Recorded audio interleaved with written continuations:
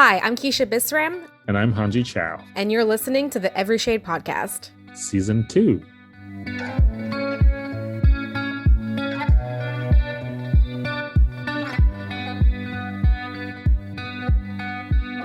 Sorry, I was about to reply to your text, but then my phone literally just died as I was typing yes.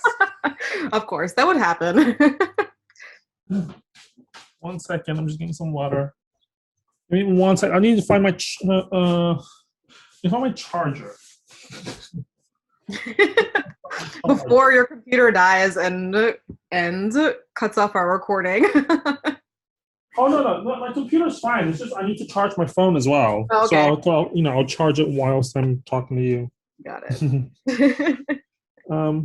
Yeah, I messaged you because I was like, wait, we did say today, right? Like my whole. No, we did, and I forgot to confirm it with you. It's all good. I'm even though we did. Give me 1 second. Mm-hmm. All right, friend, I'm here. Sorry. Hello. How are you doing? I'm good. I just got back yesterday from a week with my cousins and her 2 children. Oh, where? Oh, yeah. Wait. Yes, you did say. Of course. Yeah. We were talking about it last week. Yeah.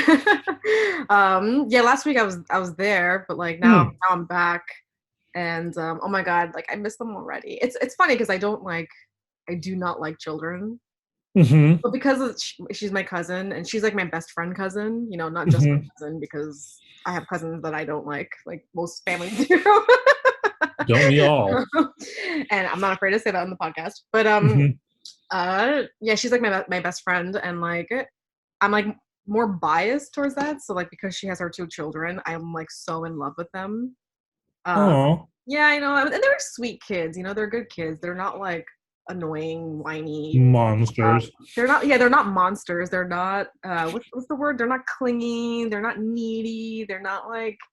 They're not pieces of shit. Yeah, you know how some kids are just like why are you crying all the time? Like that's a little too much. They're not like right. That.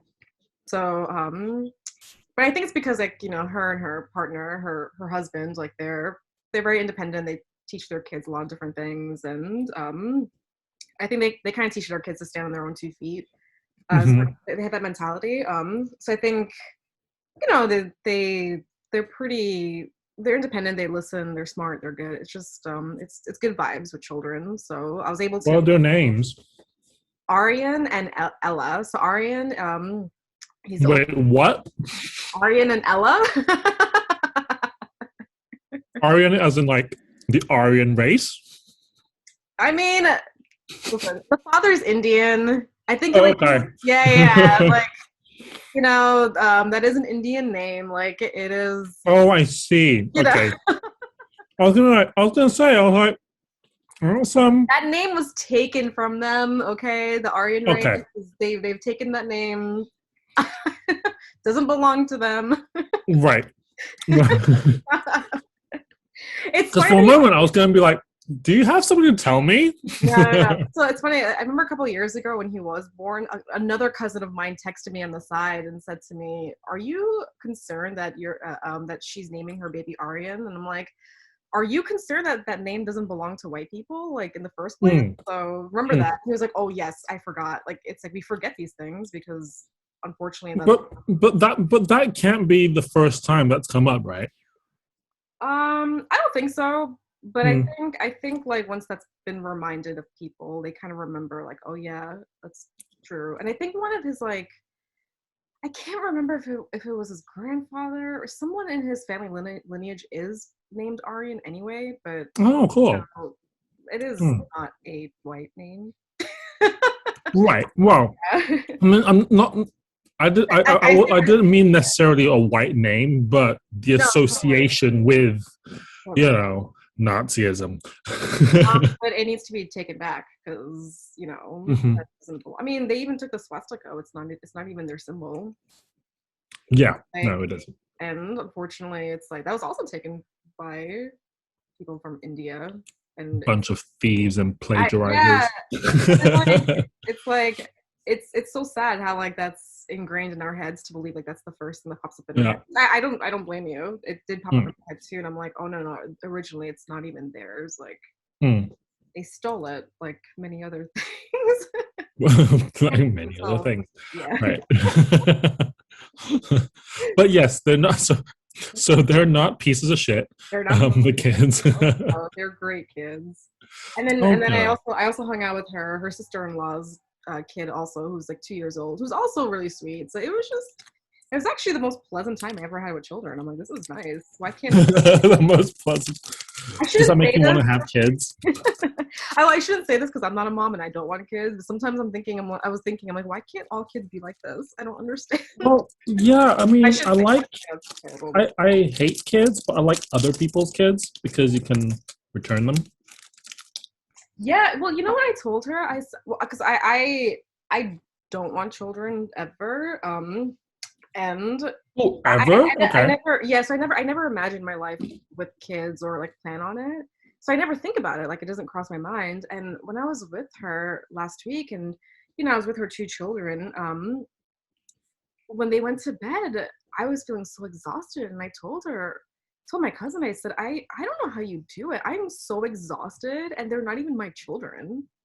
Like, how do you do it? That's like, kudos to you, girl, and like even to her husband. I mean, I don't know how they do it, because I wasn't even with them all day. Like I was working during the day, and they would go to daycare, or they would hang out with their family as I was working.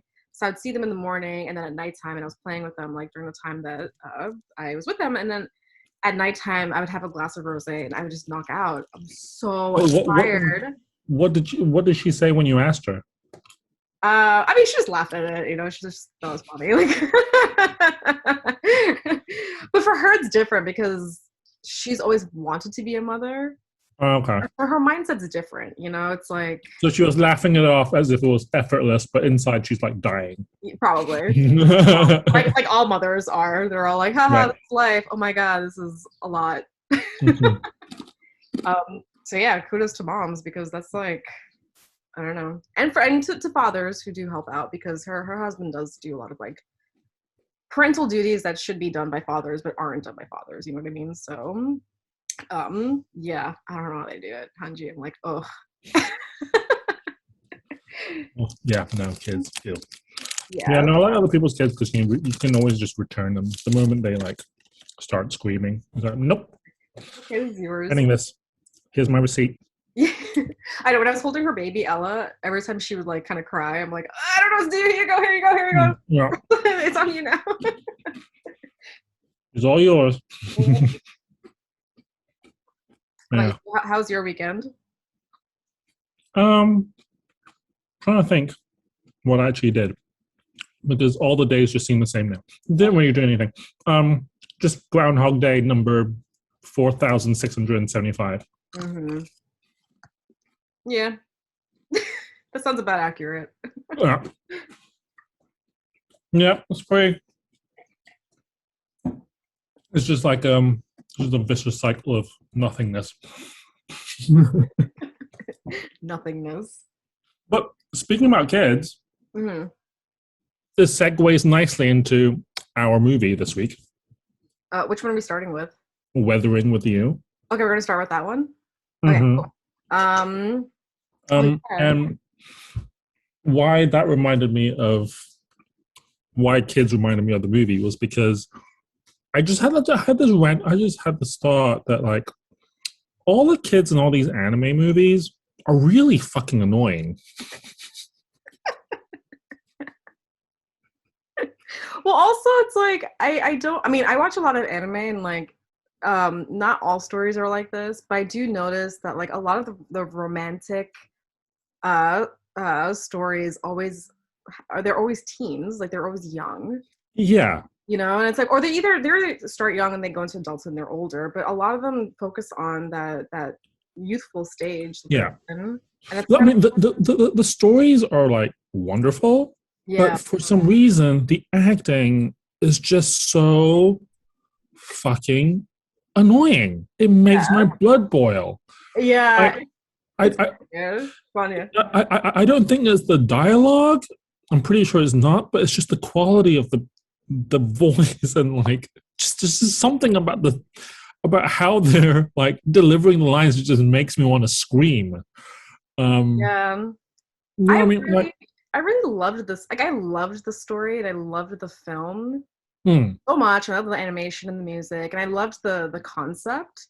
mm, But I was kind of disappointed that they were that young because I thought this is a great yeah, someone who would be a little who had the maturity of like love, uh-huh, the maturity of love and relationships and understanding. Like it'd be more interesting to see that. mm, Um, but because they were teenagers, I don't know, yeah. something about it. It was, Oh, yeah, go on. yeah. Before we go into that, we should Yeah. say what the movie's about. Yes. So Weathering with You is it's like a Japanese animation fantasy film. Mhm. I don't even know how to describe the story because it's kind of hard to describe, but Well, basically, how it starts off is that Tokyo is having these like rainy days. They're in the middle of summer, and it's torrential like rainy days. torrential rain like every day. Yeah. And then we find out that there's this girl, this young girl who like can control the weather. She just prays to the heavens, and sun just appears. So she's then appropriately named the sun. What was it like? The Sunshine Girl. Sunshine Girl. There Yeah, we her go. name is Hina, but they called her the Sunshine Girl. Sunshine Girl. Right. So she had a would connection to the sky. exactly. And she was able to pray for sunshine in like the area that she was in. Yeah. And the more she did that, the more that her body was disappearing. Yeah. So the lore was that like the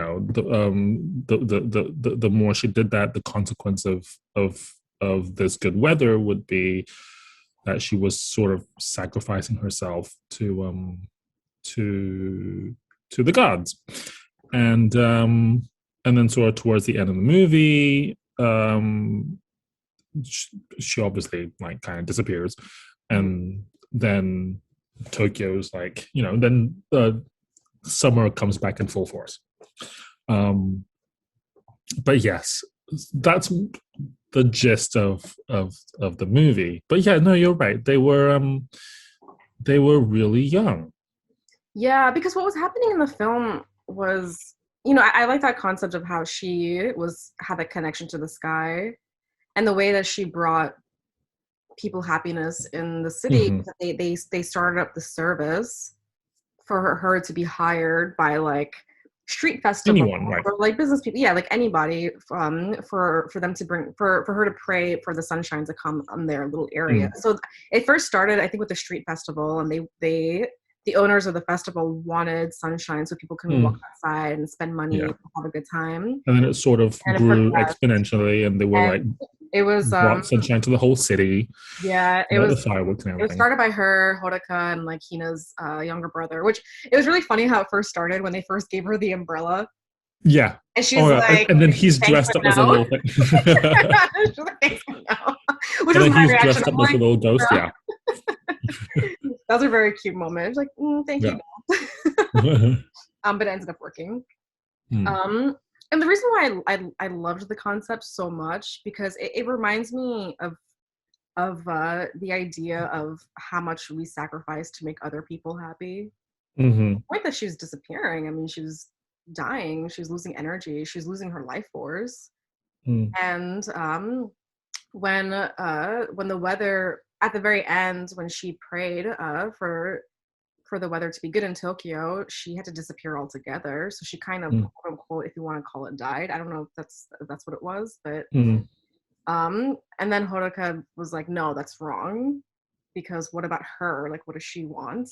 What about us? Like our family, like our relationship. And then he brought her back, but then when he brought her back, the rains came even harder, and then Tokyo was for like 3 years. So Tokyo is like completely submerged. Yeah. But that whole sequence, right when he's like running out, right when he's being arrested at the hotel, right to the very end, I found him to be really, really annoying. Yeah, I mean, that's kind of where I was struggling, because I liked the characters, but like I said, I wish they were a little older. Yeah, because he was just a petulant little child, and it was really like... He's kind of whiny sometimes. He was really whiny. I want to be like, yo, Hodoka, just go. Like, go for it. Stop. Yeah. And then he's in that abandoned building waving that gun around. Where did that gun even come from?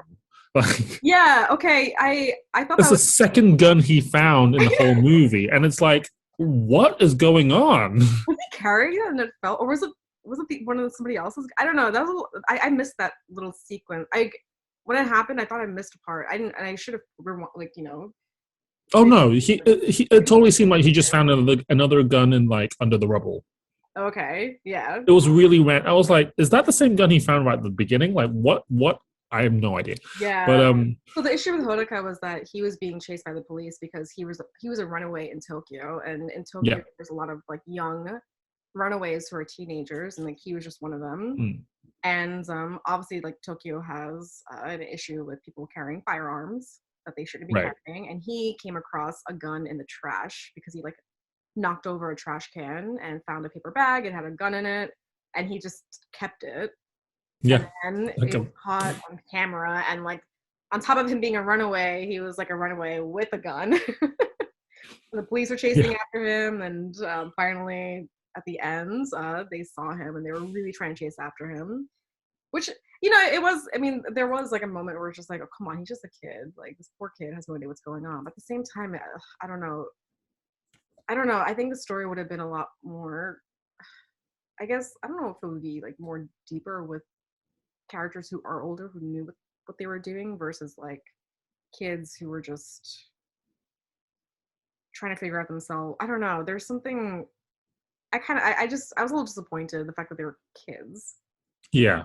That's all I can say, because there was some sweetness and cuteness about it, but I think Tokyo being submerged underwater, it's like, I don't know, the whole thing. Yes, that kind of that kind of got me that got my blood boiling a little bit, because I was like, you're kids and you just flooded Tokyo. Although the older woman that he met towards the end, who said that Tokyo used to be submerged underwater, is that true? Did it happen like I don't know. Ago? And I was like, I wonder if that was like. I mean, I didn't look it up afterwards. Like, I maybe I should have, but I thought that was an interesting moment, because it is an interesting idea of like, life comes full circle, because I feel like, again, I mean, I know they've flooded an entire city, but again, like I think because he was being selfish. Sometimes you gotta be selfish. You go after what you want. Not flood the whole city whilst you're doing it. What would you do, Hanji? What would you do? I would get the hell over it. Like, she's gone. Great. Done. Get over it. What would you do if you were Hina? If you were a sunshine guy? If I was sunshine guy, would I keep praying for good weather and knowing that I would disappear? Yeah. Or I don't know. Actually, it would depend. It would depend like on what I want, which I know is like totally contrary to what I just said. I don't know if I could just if I could bring the sunshine in every day, I probably would. I probably actually would just do it anyway. But then again, there are also days that I just like it. I like that it's like rainy and cold, and so, I liked Hina's character a lot, because she was less whiny. She was less whiny. She also, I felt like, I know she like disappeared and she was sacrificing like her entire life for like all of these people, but I felt like she kind of like knew what she was doing. So it was causing her. Totally, but then also, right, like when he goes, to the heavens and saves her, she's just there in the meadow sleeping in the grass. That looks so peaceful. Yeah, like I want that. I want that for her. I want that for her. Yeah. So he ripped her out the heavens. So they can be together. Right. I mean, he didn't see her for 3 years. So for those 3 years, she must have been like, fucking asshole. Yeah, I feel like if Hodaka was a bit more of a likable character, I wouldn't have minded him. Yeah. Yeah, because I do feel like she was a stronger character. Even the younger brother was like a stronger Oh character. my god, the younger brother was hilarious. He was so cute. I loved him He so was much. really weird, and he had all these like ex-girlfriends, and he's like, what, Yeah. 9? How dope was he at the end to go under disguise to save her? Yeah, he got one of his ex-girlfriends to come in. I was like, whoa, what? He was pretty dope. I liked him a lot. I was like, He was really clever. yeah. It was kind of great. Yeah. It's never mentioned that why Hodaka was a runaway, right? No, I don't think so. Yeah, because right at the beginning, you just see that he's not at home. Yeah. Yeah, But the beginning started off really like, I mean, when the whole thing started off, it reminded me of uh when I had first moved to Los Angeles. mm, Los Angeles has aggressively perfect weather. Like it is really perfect. perfect. Sunny, warm, clear skies, the nighttime is cool. It's always beautiful. Mm, Even when there's clouds in the sky, it's just beautiful, like so gorgeous. And I remember the mm, first time when I moved, it was exciting because I'm like, oh my god, this is nice. I don't really have to look at the weather app unless like it gets really hot, maybe, but not mm. really. You're kind of wearing the same things over and over every single day.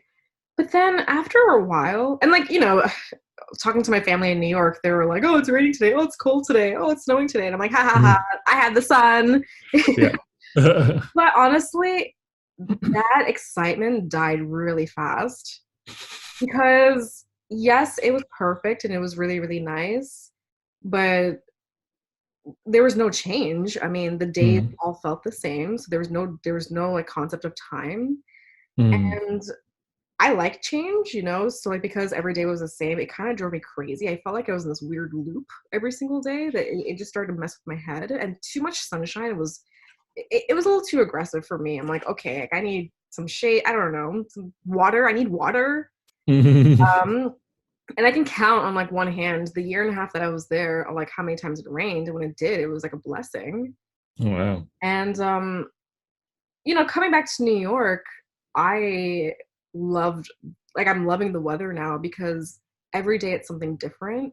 And when it Mm, rains for a couple of days, like yes, it is dreary, but it's nice to like pause for a moment and like focus on work at home and relax and all of that. And then when mm, it is sunny, you appreciate it more. mm. You have this like deep, I mean, I have this deep, deep, deep appreciation for when it's sunny out and cloudy. And I didn't have that when I was in LA. Like I almost stopped caring about the weather. Yeah. Yeah. In the beginning, when they were talking about like the rain, like what it does to you and what the sun does to you, it's like it is interesting how the weather like kind of changes your Mm. mindset. Right, which is why, like, when you said when you asked what I would do if I was a sunshine guy, yeah, I'll be like, yeah, I want the sun, but then there are also days where I'm like, I want it to be rainy and like cold, and I can like cuddle up and like, you know, Yeah, enjoy the rain. So yeah, I don't know what I would do.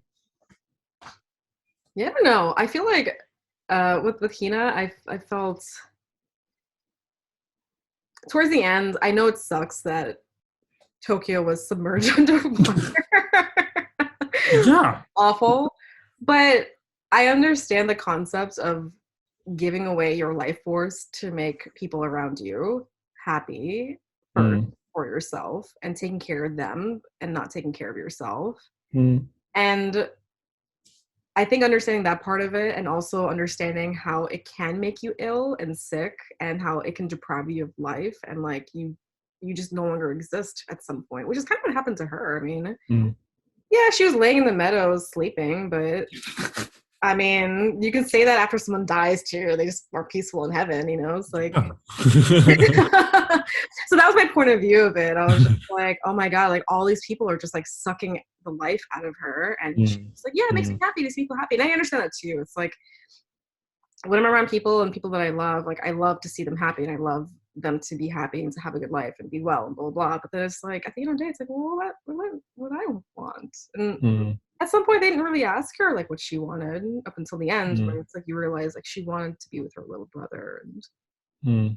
I guess Hodaka, even though I don't really see why she loves Hodaka. Ugh, He was kind of annoying. I feel so bad. So at the end, when we see her, do you think she was praying for sunshine again? What do you think was happening there? Do you think she still has her powers? Okay, yeah, that's an interesting question because I was thinking the same thing because she was praying, but nothing was happening. Yeah. When she saw Hodoka, she was immediately happy. Like it was Mm. like not even a second thought. Where Hodoka paused and was crying and was like, Mm. "Oh my gosh, she's here." I don't think she was praying for the sunshine. Mm. I think she was praying for him to come back. Praying for all this to end. Yeah.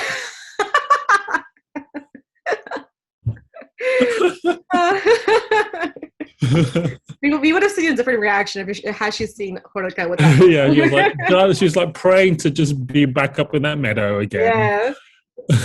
Hodoka, she'd be like, ah. Maybe when she saw Hodoka, she was so happy because she was like, I've got a plan now. I'm gonna fucking kill him. Maybe that's why she was happy. Yeah, that's what she was After happy. She was like, I've got a fucking great big machete in my backpack. I'm gonna kill that fucking asshole. I think as much as we're not Team Hodoka, or like team against Hodoka, I think she was praying for his return. I think she was happy to see him. Yeah, I think she was too. Even though, yeah, I agree. His character was like, even though he was surviving, I didn't feel like at the end that he became a survivalist. Yeah, Like, no, because he ended up being like caught and having to go back home. Yeah, and I expected him to be more of a fighter at the end because in the beginning it was sad. You know, he's on the streets, he's spending money. It was hard. Like you saw like him trying to look for a job because he's a teen and he had to lie about his age and like all these different things. And it's like I thought it was gonna go in the direction where he would gain the strength because I felt like Hina and her younger brother, I forgot her younger brother's name. Nagi, yeah, like they were really strong characters. I mean, you know, look what her brother did in the end, and look what she was doing for people. And then Hodoka was kind of like a weakling still. Yeah. Amongst all of that, and even towards the end, he was still scared to see her. And it's like, why are you always scared? Yeah, stop being such a fucking wet blanket, Jesus. That's why I like Mr. Suga, because he was like, kid, come on. In the end, with him and the cat. Yeah.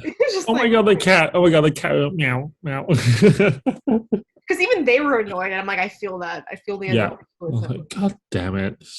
God. Yeah.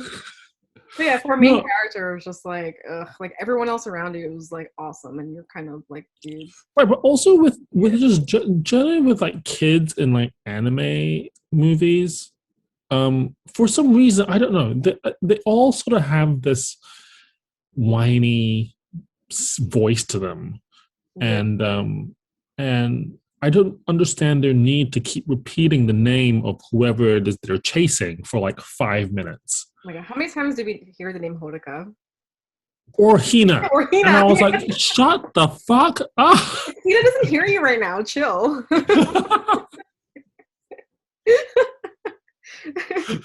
She's in a different state. She's not hearing you. Yeah. She's on a whole different plane of existence.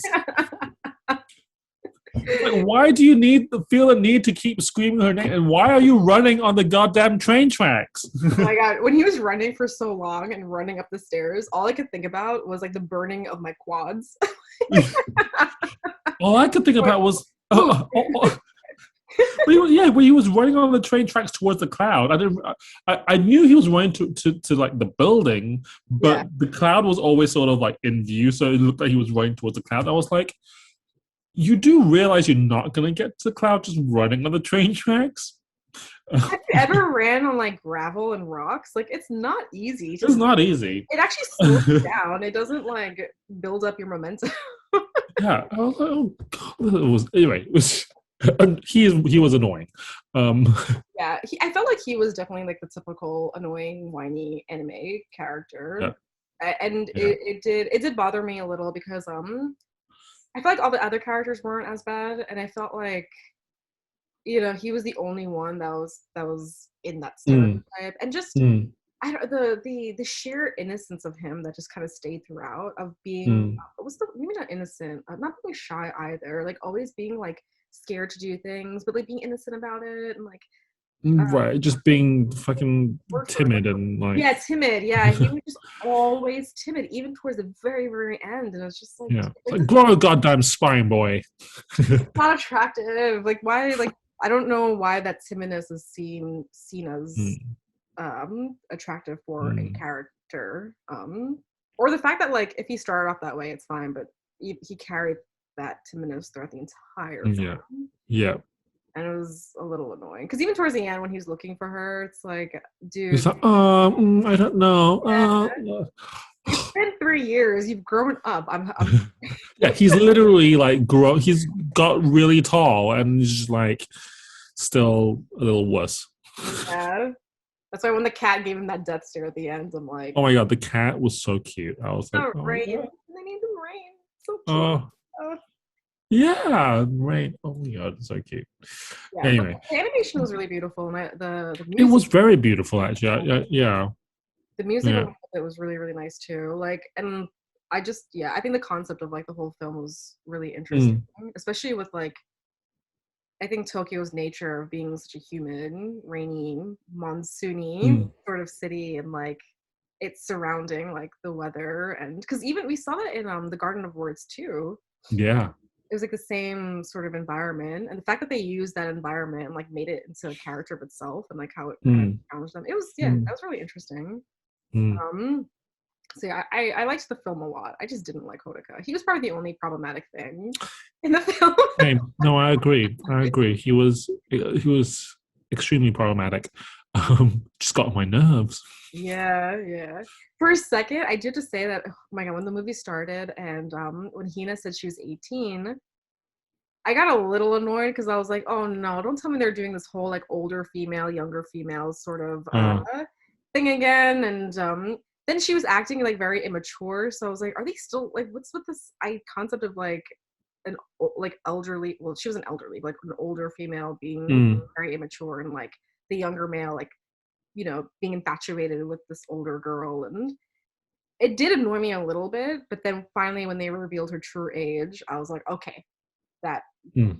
that makes more sense now. Like she was acting her age, and yeah, she lied for a reason, for a specific reason, because in Tokyo you can't really work or have a proper job. Right, So, right. which is also like I didn't realize, like I actually did not know how much of a problem that was in Tokyo. So like that was a really interesting thing to learn, like how much I guess young like teens lie about their age in order to work.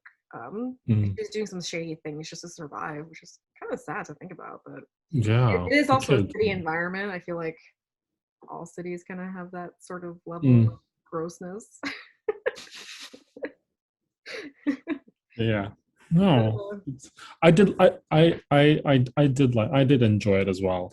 I mean, just with anime films in general, they're always really, really pretty. Like just Yeah, like, visually and it's just aesthetically pleasing to watch. the artwork I is love anime food. yeah. When she was cooking the rice and the miso, and like I always look forward to like, yes, the scissors. her cutting the spring onions and stuff. I was like, oh my god, like I just love seeing that Mm, artwork. The artwork is so mm. beautiful. Yeah, I love just like anime food in general. Oh my god, I love. I always look forward to like the food in animes. yeah, and I also you have to appreciate the artwork behind it too, because even the B-roll shots that they insert of just a millisecond of certain shots, and you have to like really think about the fact that they like animated Mm. just that millisecond for all of these like cutaway B-roll Yep. shots that are going on throughout the entire film, and that's a lot of work they put into that, and it's beautiful. Even like when they're Yeah. opening up the little candy, there's like Oh some my people god. just like opening up, and that's it. That's all you see. They don't Yeah. even extend it. It's just it's so aesthetically pleasing. Oh wait, yeah, and at the beginning of the movie, doesn't he almost die on that ferry as well? Oh yeah, that's right. That's how it I just started. remembered that. I was like, he got Yeah. saved by that reporter guy. But Oh. yeah, it's like this kid, seriously. I don't think I've ever disliked a character, a main character, like lead character, so much in an anime before. Like this is like the one that I'm like, you're so annoying.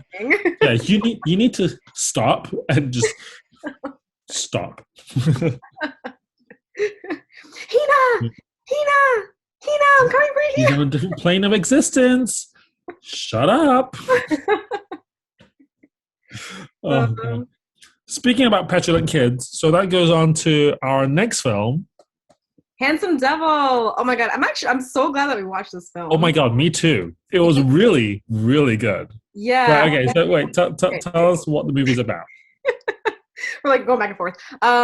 So Handsome Devil is an Irish film, an Irish comedic, I guess dramatic comedy drama film, if you want to call it. It filmed back in like I think it came out in 2016. Oh, it came out, I looked it up. It came out in 2017. Oh, okay. I saw 2016, but I guess whatever. It's a year difference. Either way, very recent. Very recent. Weather and With You actually came out in 2019, which I didn't realize how recent that was. I thought that was like, yeah, I thought it was an older film too for some reason. When I say older, I mean like 2016, 2017. A Handsome Devil is it follows this character in an all-boys school. Excuse me, I'm burping here. And at this all-boys school, we kind of see this sort of like moronic, boyish behavior that we see amongst males, and like how that's what's the word? How it's kind of encouraged to behave that way. And he ends up getting the main character ends up getting a roommate, and it reveals that the roommate is gay, and it kind of starts off this whole like series of events. Before that even happens, these two roommates become friends, and going back to the whole moronic behavior, one of the major factors of this film is that rugby is a huge sport in the school, and like if in order to be a proper male, you have to love rugby. And it kind of like encourages sort of this sort of like this, I guess, male aesthetic of like, yeah, you're a man if you love rugby, and if you don't, then you're just like something's wrong with you. You're gay. Right. You're like a pansy. You're whatever. Yeah. And they end up getting this English teacher, who I loved, by the way, who kind of challenges the boys to think otherwise. Oh my god, Andrew Scott is in this fucking film, and I literally, like, at the beginning when I saw his name come across the screen, I was like, okay, I'm locked in now. I'm like, oh my god, I loved Andrew his Scott, character. Yeah, amazing. He's so good. And so what happens in the film is that it's also revealed that the teacher is gay too, and this teacher teaches the students a very like powerful mantra of never live off of a borrowed voice, which I love that mantra, because what's ironic is that he's actually in the closet-ish. When I say in the closet, like he doesn't reveal to the school that he's gay. He's kind of like dating in private. And one of the roommates, I need to get names because I completely forgot everyone's names. Yeah, no, Andrew Scott as the English teacher, he goes very sort of like, he kind of takes a leaf out of Robin Williams' Dead Poets Society book, and like kind of does that whole thing. Yeah. It's really, he is wonderful in it. But yes, Andrew Scott was like, I was like, this is why I'm watching the movie. Yeah, so one of the roommates, the one who's gay, he ends up going into the being a rugby player. And then, like, the coach, who I couldn't stand this coach, he encouraged this sort of, like, aggressive, like, male behavior. And the more you show it, the better of a person that you are. Like, that was his mindset. And then there was rumors kind of spreading around that this player was gay, and then it was kind of, like, destroying his relationships. And it also, they were kind of pushing him to, like, stay in his lane to not come out. And the more that happened, the more that it was causing disrupted behavior in relationships between the two main characters. And yeah, I really loved this film because I just love how it starts off with the whole sequence of the boys making that weird cat meowing sound. Oh god, that was, yes. Because it was like showing that sort of, again, that moronic like male behavior or young boy mentality. Young like boys in school. God, yeah. Yeah, and like they would do this sort of like meowing noise to show that like if you show some behavior that's not manly, you're kind of like showing that you're that you're gay or that like you're being like a little girl, and they would do this like sound to make fun of you. Like it sounded like, and they would make like your face. Yeah. And it's weird because like all these boys that were making that sound, it was as if like they had the upper hand, but they actually looked really stupid. The way they it was really funny because they just made them look even more stupid. And it's like, really dumb. Yeah. Well, you're the idiot here, like not the person who's showing quote unquote gay behavior or whatever that means to them. But yeah, it was a funny film, and then there were, you know, I think it ended up with this like really beautiful message. Because at the end, like the student finally did come out. I mean, his friend outed him out, like not that he came out. And yes, but he owned it. Yeah, and I think the biggest challenge was that rugby coach who didn't really want him to do that at all, because that means that he can't play rugby, he can't be a man. You know, he's not anything that would be considered a male. And in the end, it really challenged everyone to think like it doesn't really matter because we still need to play rugby against this team. And all the teammates were like, well, if he's not going to play, he's our best player, then we're not going to play just because he's like gay. Like it makes no, like we need to play, you know. And then in the end, they ended up like playing, and the coach ended up giving in, like realizing that it didn't really matter. They just had to play. Yeah. What I was really surprised with, the character who I was actually fairly surprised with, was the headmaster. Yeah, me too. So when the coach, what's his name, Pascal, like when he went to the headmaster, and he was kind of like I don't know. I think when he started complaining about the student being gay and the teacher, the English teacher, being gay. Yeah, Dan Sherry, I think his name was. Yeah, Andrew Scott's character. Yeah. Mr. Sherry. The headmaster was like, he looked like he had better things to do. Oh yeah, that was his attitude. He was like, whatever. He's just a teacher like you and me. Like the school's like what we're concerned about. So that was one thing. I was like, okay, good on you. And then the second thing, the second time that I was like, oh, okay, I'm pleasantly surprised by this character, was when, after Ned, the main character, outs Connor, who was the roommate / the gay, the gay rugby player. Yeah. After he outs him, the headmaster like is talking to him in the office and is like, I would have thought you of all people would be able to empathize with him being different. Yeah. And I was like, yes. Yeah, I really loved that moment because I felt like there were several things going on. Like, you know, Ned is still a young kid. Like, he's like a young adult, you know, like we all do stupid things as a young adult, even if we know what's right and wrong, but sometimes our emotions are still young. So like he just did something stupid, even though that wasn't really his belief system. But the headmaster also knew him, that he was better than that, better than all the other boys in the school. So he already saw that from the very beginning. And when that moment happened, like my heart sank. I'm like, oh, like I love this character because he saw it from the very, very beginning. And like it's almost like he was like 10 steps ahead of other people. Yeah. But didn't feel the need to say anything because like why does it need to be said? Yeah, I mean he was a lot more open, especially at the end when Andrew Scott's character like introduces him to his boyfriend, and he's like, oh, we're kind of an item. And the headmaster's like, okay.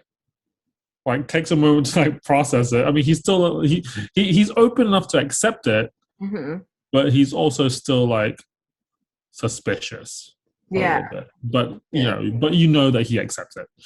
Yeah.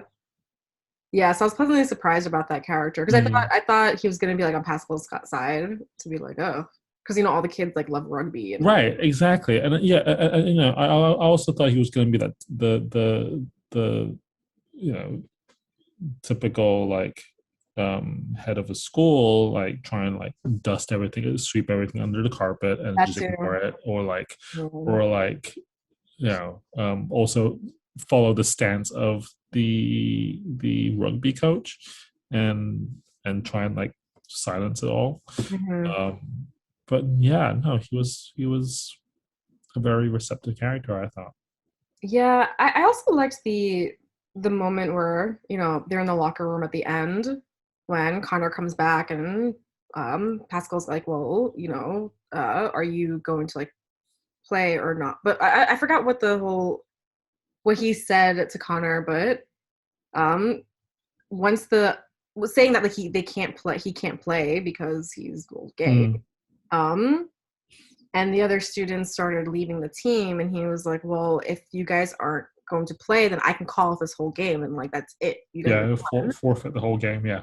But even though these like young boys were bullying the character, like the main two characters, yeah, it's almost like, I think there's like an understanding of like, well, I personally don't think that they believe that they're actually homophobic.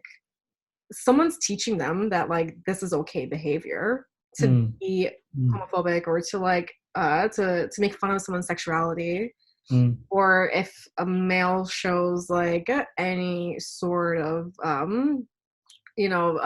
non-dumb male behavior, it makes them like a pansy or gay, a girl, whatever it is they want to call, like they didn't really believe that. It's like someone is giving them the green light to think that this is the way to think, and like this is how it's okay to bully other kids, and like that's fine.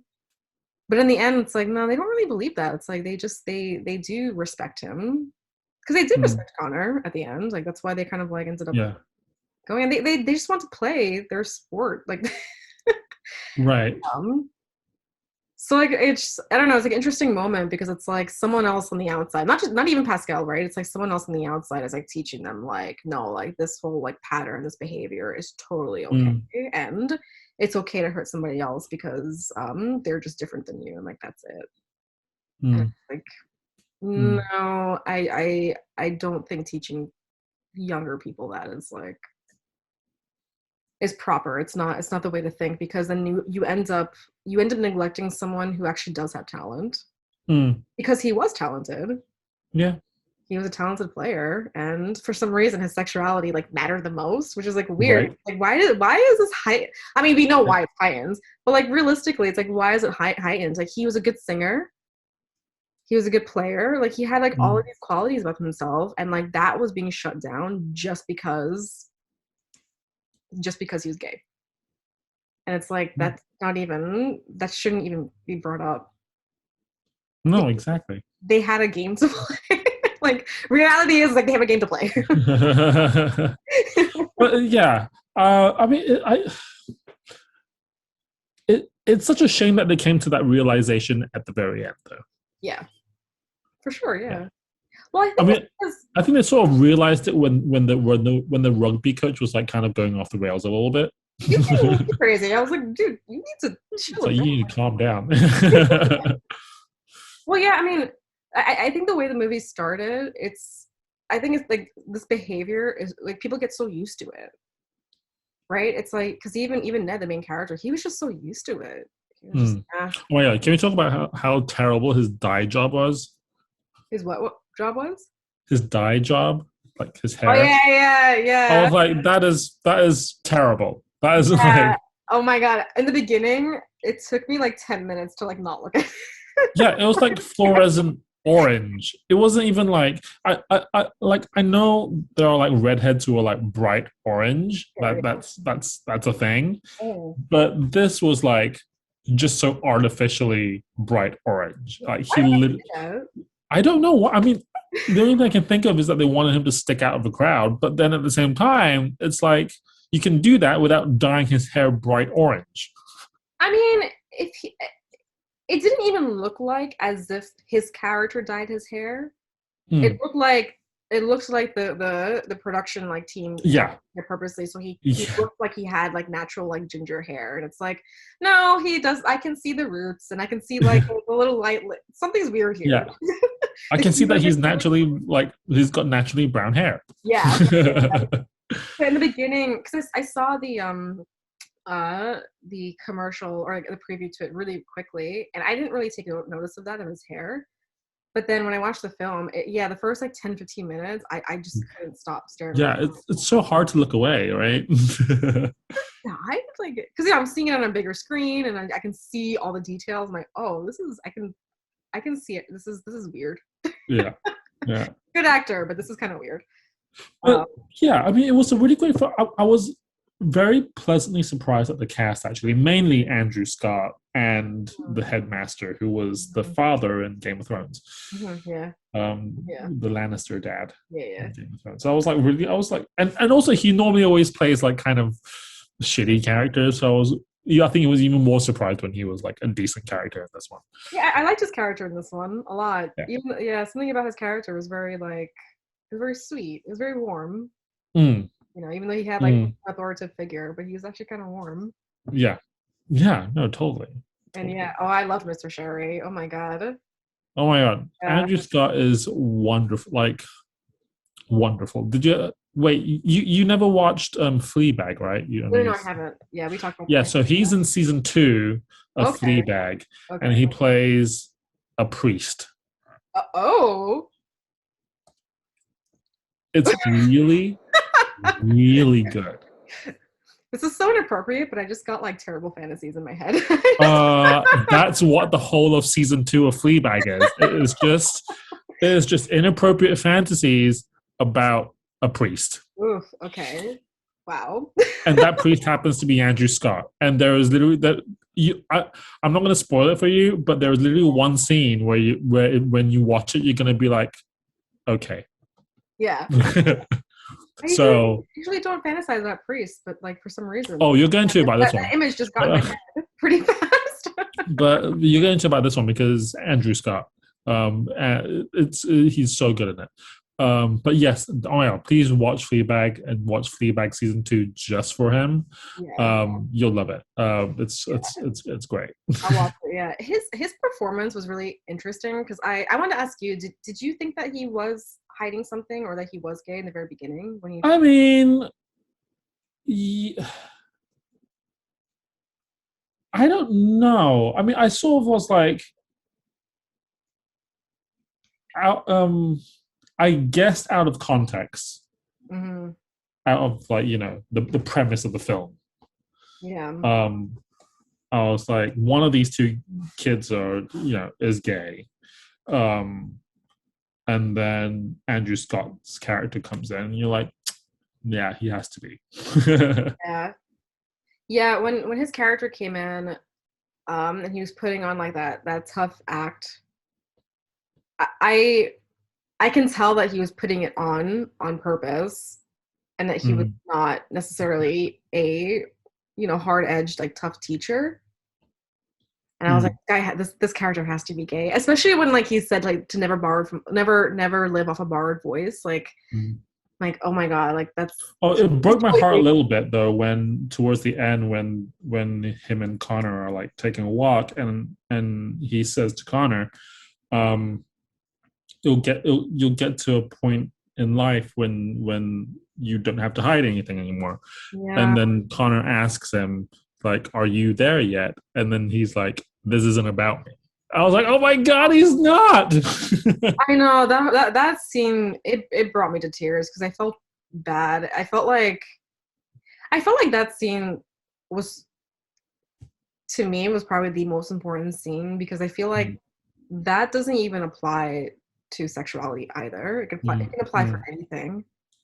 Because here you have this adult person who still can't be himself out in public. And it's like, that can apply for anything. Like, he's still an adult and he's still not at that place. It's sad. Yeah. It's so sad. And I mean, how many people have we met in our lifetime that like is in that same place where they're not quote unquote there yet? Yeah. Oof. Yeah, that's crazy. But yes, no, he was really great. And I mean, like, I love Andrew Scott and anything. I'm always tempted to just go look, see what. I'm almost tempted to just watch everything that he's done. I mean, if he is in another film that we could watch, I will totally do it. Let's see. Andrew Scott. Why is that coming?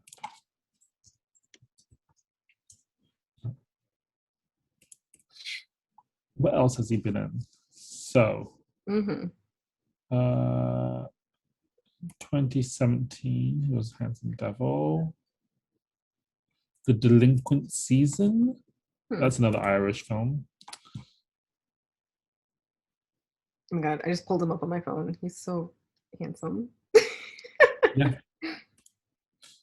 A Dark Place. I don't know.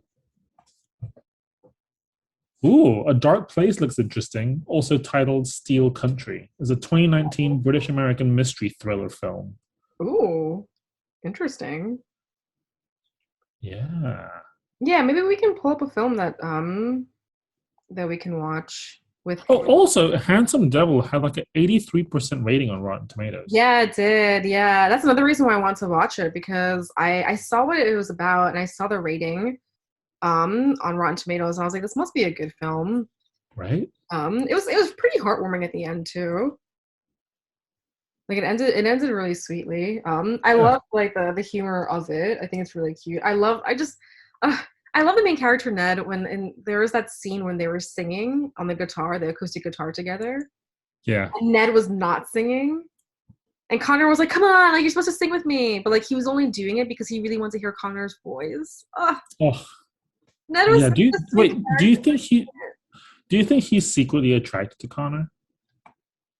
I don't think so. I wasn't sure if they were gonna go towards the idea that Ned was gay too. Yeah. I don't think he was. I think Ned was just more in touch with who he was than the other boys were. And I think because he was more in touch with who he wasn't afraid to see the beauty in other people and to appreciate that. And like he saw that in Connor. And I think that's why they're such good friends, because he had that sensitivity, like that he wasn't afraid to say or to see something beautiful and admirable about someone. And I think that's why the headmaster had that comment towards him, because all these other boys who, they're not in tune with their own selves, their sexuality, they're suppressing their own selves, they would never see a quality in someone else and say like, wow, that's an amazing quality you have, that's beautiful. Right. Like he was the only one that had that. Him and the Right. teacher, obviously Mr. Sherry had the same thing too, for different reasons, but like, yeah, I don't think he was attracted to him. I think he just really appreciated his friend, That makes sense. Yeah. No, Ned wasn't like the stereotypical like boyish boy, male boys. Right. I think he was just awkward. Yeah. Yeah, I think it was just awkward, but not because he was gay. He was a loner, and Yeah. because think about that too. It's like if you're living in an environment with the same sex, and they all are perpetuating this sort of belief system of like what you should be, he's kind of he's a loner. He's kind of stuck in his own world. I mean, he was in a room by himself before Connor came in. Yeah, no. Films. You're so distracted by it. No, I'm distracted by yes. You're like, I must find a film first of all. The podcast is still going, Hanji. I know, right? Also, I was trying like. I'm like talking here, and I'm like, I don't think he's listening to me. I think he's still like eyeballing this actor. No, I'm not eyeballing. No, I'm looking at like everything else he's done, and he's got like because did you ever watch? So apparently he did Modern Love a couple of years ago. But it was a I think it's an Amazon series, but it was based on the New York Times column, Modern Love, where like people would send in like these stories about people that they connected with, like all these like little meet cute kind of scenarios. Yeah. And I saw that he did this, but I was really trying to remember which episode I was like, when was he in that one? Because I did watch it, but that was why I zoned out for a second. Oh, I'm distracted. You were on another plane, like I'm on another plane. Why is he gonna fucking call? At least he didn't keep calling out my name repeatedly. Hanji. Right? Hanji! Oh God. Oh. Yeah. Anyway. Yes. No, carry on. No, I was What are you gonna gonna say? say I don't think Handsome Devil is, and from what I've seen, is advertised in the U.S. It is on Netflix, and I think I kind of want to watch it again actually because Yeah. Okay. it's like one of those films that I could put on the background, and like while Uh-huh. I'm doing work kind of thing, like it's like one of those. Yeah. And it's cute, like Yeah. No, for it's sure. good, it was definitely one of those films. Sure. Yeah. Yeah. Um, but yeah, I liked it. I'm trying to think if there's anything else about the films that I liked. I think I do have to say that my favorite like performance scene is when him and Connor were on the train back to the school. Oh my God, yes. That was so That hilariously was awkward. so well done. First of all, it was well shot. The way that they were like kind of Yeah. censored, they were like both like really like I don't know. Yeah. The lighting was so bad from the train, and like they were all Yeah. disheveled from like the late night, early into the morning, and Uh-huh. they both look kind of like messed up from drinking and sleep and all of that, and Yeah. they just discovered this thing about each other. I know. It was hilariously awkward. I was like, this is brilliant. Yeah, it was my favorite performance. My favorite performance. Oh my god.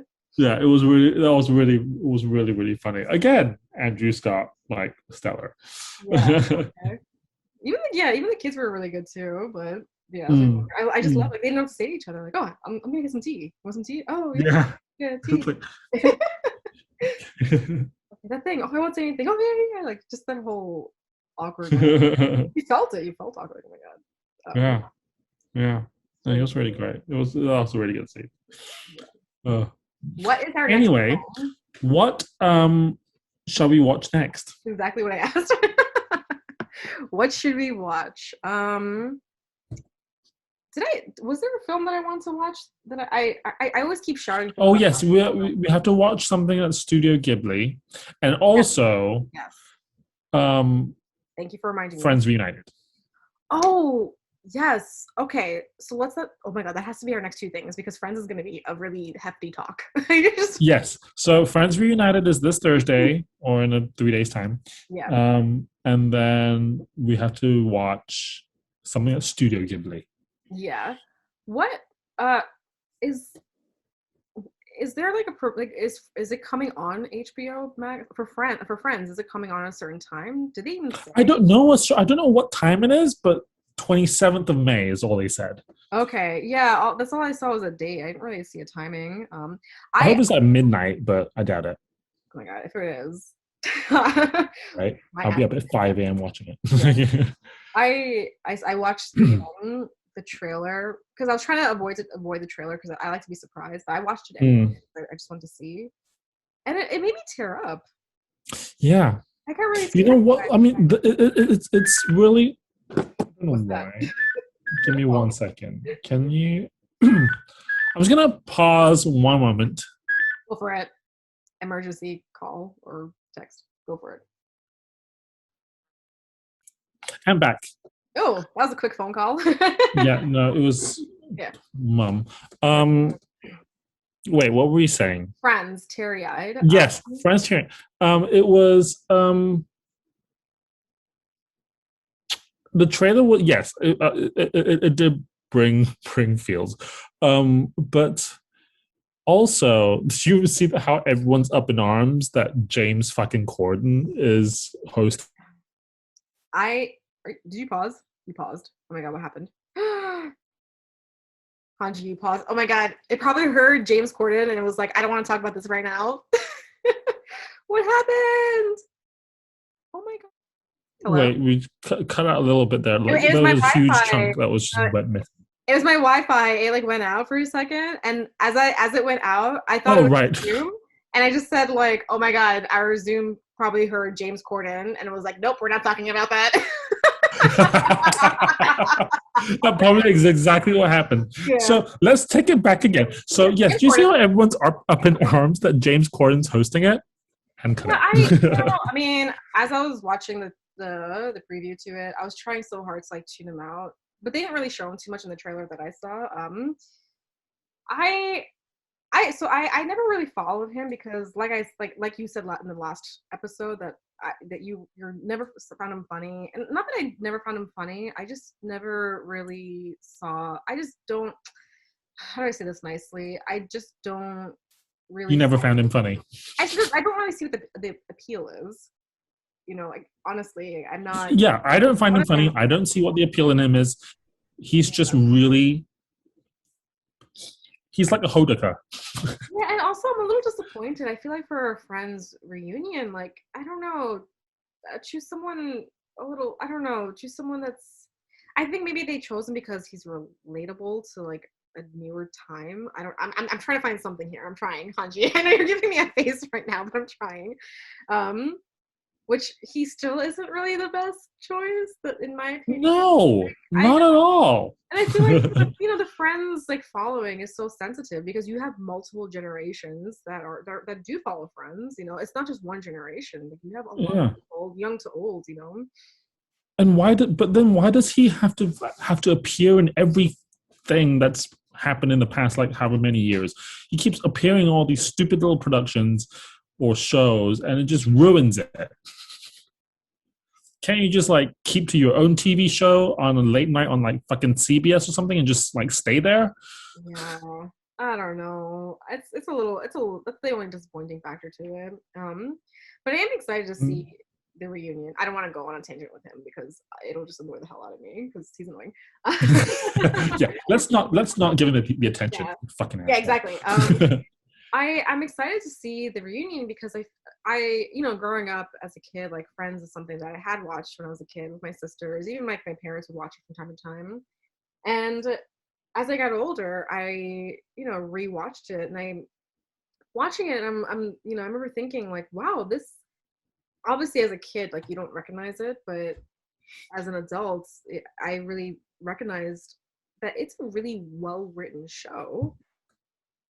The dialogue is so smart and funny and creative and just it's not only is it well written, but like the love between friendship, the unconditional love on top of that, and the fact that they acted like they act like family, like there's no filter, there's no boundaries. And I mean, you're right. For the most part, I mean, through a 2021 lens, for the most part, the dialogue is wonderful. There are like bits and pieces you're just like, okay, problematic. And like Ross now this current time, a problematic character. I do not. It's funny. I started off loving Ross. Really? Ross. No, like I loved him because he was cute. He was funny. He was weird. Like paleontologist funny. But then the whole moment when he cheated on her, ever since that moment, I not that well, or I don't know if it was called cheating, but like even when they were on a break, whatever it was. When they were on a break. Yeah, I mean, on a break. Yeah, it's really on a break. But even on a break, like 20 minutes later, he slept with a girl. Like I think that seeing his morals, like how that played in, like he's an awful human being. It really made me disappointed because I just thought like not only is he insecure, like starting off insecure, like whatever, he can grow, but like the fact that it continued, it really, like Ross and Rachel, it really upset me that they ended up together. Oh really? Okay. And no, sorry, not that they ended up together, the way they ended up together, because I even though I couldn't stand him, I wanted them together so badly because they were for each other, I think we mentioned this in the other podcast when like I was like Rachel should have taken the job at Paris, Yes, we did talk. Yeah. I've always liked Monica and Chandler, but I think rewatching it as an adult, like I love Monica and Chandler. Like Chandler's character progression is probably the best progression out of all of them, and I don't think I really. I mean, obviously, I didn't realize as a kid because I'm a kid, but watching it like now through my lens. By the way, I'm saying I rewatched it in 2021. I've rewatched Friends over and over and over and over again in the past couple of years, too many times. Not just once. I just want to throw it out there. But Chandler's progression was my favorite character development because he matured very differently, whereas like Ross didn't. It took him like a long time. Oh yeah. And Joey never matured, but like Joey never matured. Yeah. Phoebe did. Phoebe did, yeah. I like Phoebe. I mean, Phoebe's my favorite character. Like, she's the best. But seeing that maturity was really like nice from his character, and like I felt like that was like underrated, that development. because their relationship between him and Monica was like, they had a very, very strong, like, impactful relationship, and I thought that was really admirable compared to like Yeah. Anyways, I probably shouldn't get into it because we should probably save it for the review. Yes. I don't know yes. why. I don't know why I went on a tangent like that. Oh, because I was emotional about it, and like I recognize now like how great of a show it was. It is. It's a great show. I remember like there was a time when the show was on that there was a problem with like the fact that there weren't any like, or there were very minimal Black actors on the show. Mm. But it's like that was a different time where casting was just far. Oh yeah, yeah. I mean, even some of the jokes now and again, I'm like, oh God, Ross, just shut up. Yeah, but I feel like we also have to remember like the time that they were living in too. It's like yeah, no, of course. Like, I mean, yeah, which is why, like, you know, which is why I say like through a 2021 lens, it's like problematic jokes here and there, but for the most part, it's still it's still a show that has stood the test of time. Okay, some of those problematic jokes I still laugh at. I'm sorry. I know things are like, I know these days like there are things that are so inappropriate and things are being quickly canceled when something happens, and honestly I'm not for that. Like for some things are wildly inappropriate, yeah, you know, where it can progress to like something that's violent or right, and it would never be done in this day and age, right? For sure. But then there are some things where you have to understand, like, you do have to make fun of things a little bit, like I mean, I don't know. It's like we can't be living in a world where everything is censored and filtered so finely that like you can't make fun of anything. And also, like, you know, some stereotypes do exist, and I'm not gonna lie, like I think the other day, like I was with my family, like we made fun of the fact that we eat so much rice. You know, it's like, listen, like stereotypes exist. We can make fun of it. It's fine, you know. But I felt like there were moments in Friends that like that where they had certain cultural and stereotypical jokes that's probably wrong, but I still laughed at because I'm just like, yeah, but like some of it, I mean, I can't think of anything specific right now. Maybe if I filter through my memory, I can pick something out. But like there were some things that were like, yeah, it's kind of funny. Like just laugh at it. You know, like, yeah. You know, there are some things that are wildly inappropriate, like that probably should never be said again. But then there's some things I'm just kind of like, it's just shut the fuck up and laugh. Like, anyway, so yes, so we're watching that on Thursday, and we're watching another anime film. Yes, Studio Ghibli. Studio Ghibli. Oh my god, I can't wait. Sounds good. We'll figure out which one, and then we will. Real quickly, before you go, who was your favorite Friends character? Friends character? Yeah. Phoebe. Yeah. Okay. Yeah. No, like her humor was like on point. Is it weird to say that like as a kid I found her funny, but as an adult I'm like I can relate to her the most?